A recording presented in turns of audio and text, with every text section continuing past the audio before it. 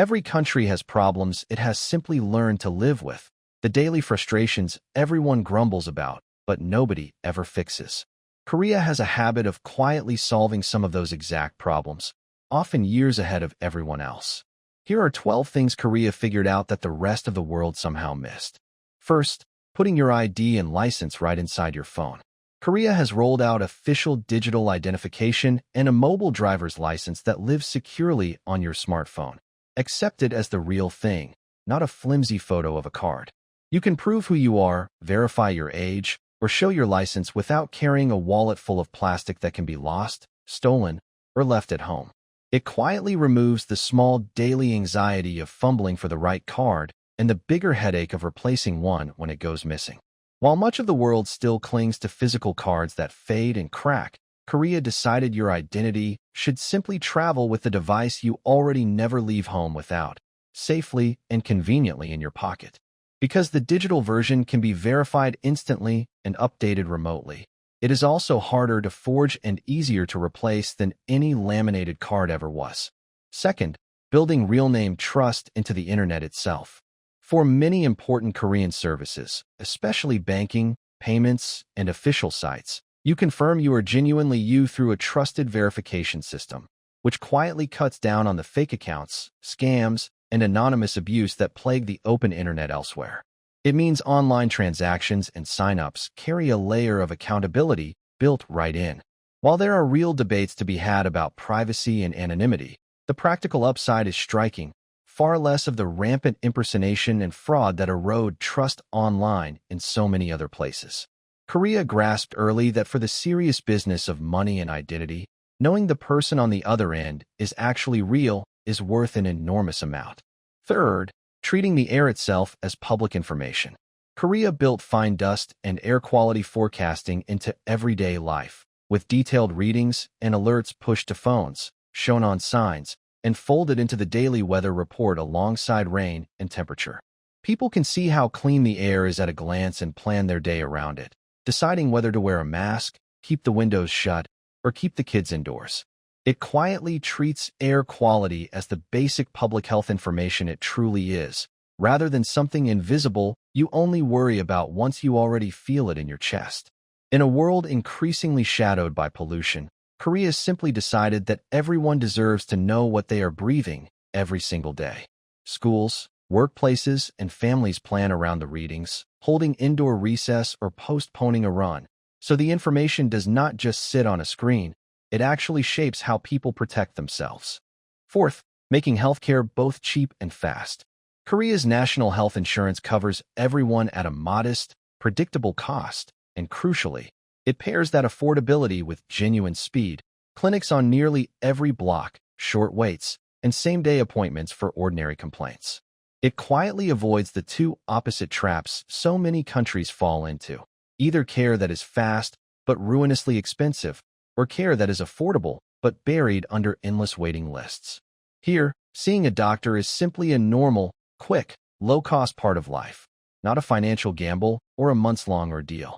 Korea figured out that healthcare does not have to be a brutal trade-off between cost and speed, and built a system that quietly delivers both at once. Because care is so easy to reach, people see a doctor early, when problems are small and cheap to treat, which keeps both the patients and the whole system healthier over time. Fifth, knowing where the emergency help actually is.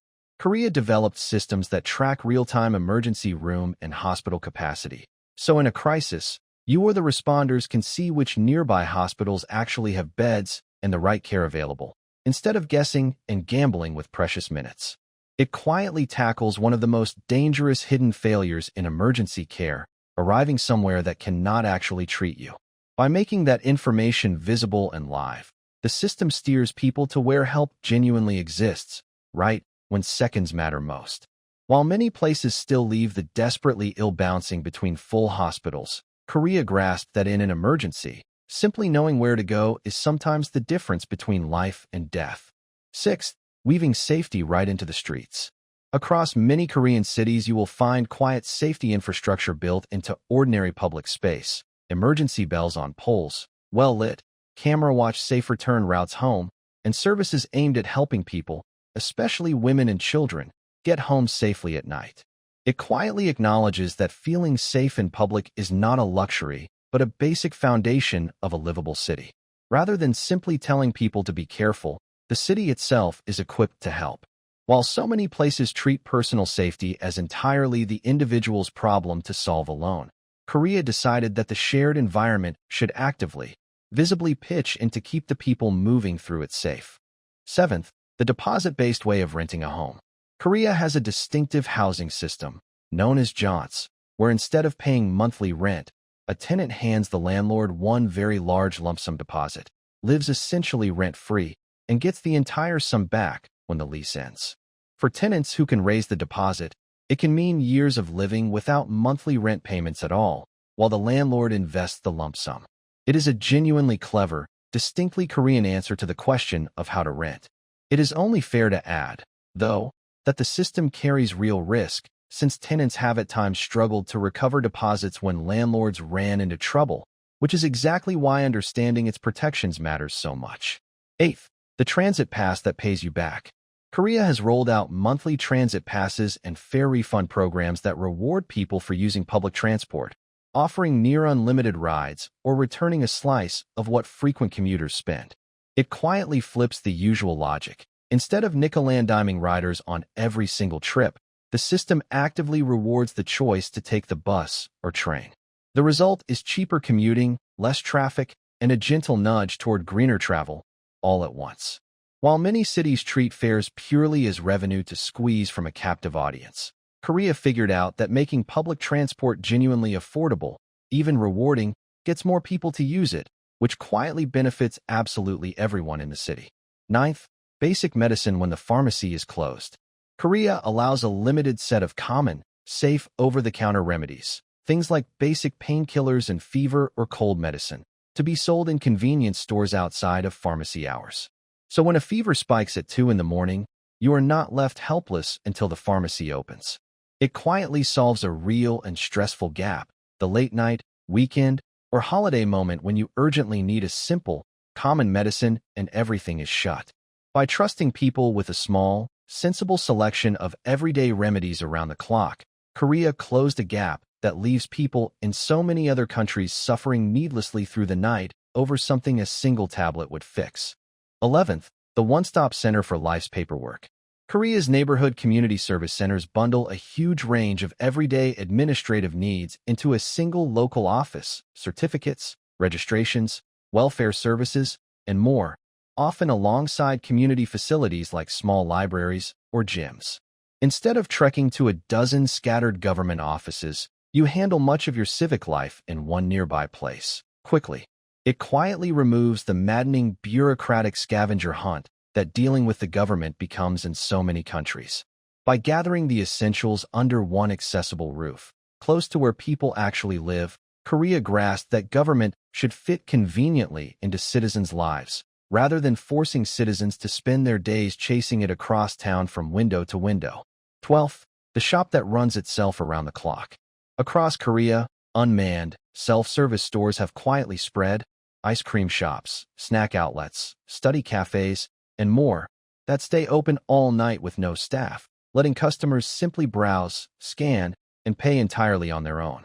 It quietly extends the convenience of round-the-clock access to all sorts of small businesses that could never afford to staff a night shift.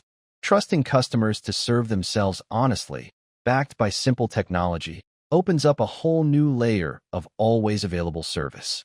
While many places see shops go dark the moment staff clock off, Korea figured out that with a little trust and clever design, a store can keep quietly serving its neighborhood around the clock. Look across all 12, and a clear philosophy emerges. Korea keeps looking at the persistent, low-grade problems everyone else has simply shrugged at and accepted: the lost wallet, the late-night fever, the bureaucratic runaround, the fear of walking home, and treating each one as something that can actually be fixed. None of these solutions are science fiction. They are just the product of a mindset that refuses to accept that the way things have always been is the way they must stay. That, more than any single invention, is the real thing Korea figured out: that the everyday frictions of life are not laws of nature, but problems quietly waiting for someone to bother solving them.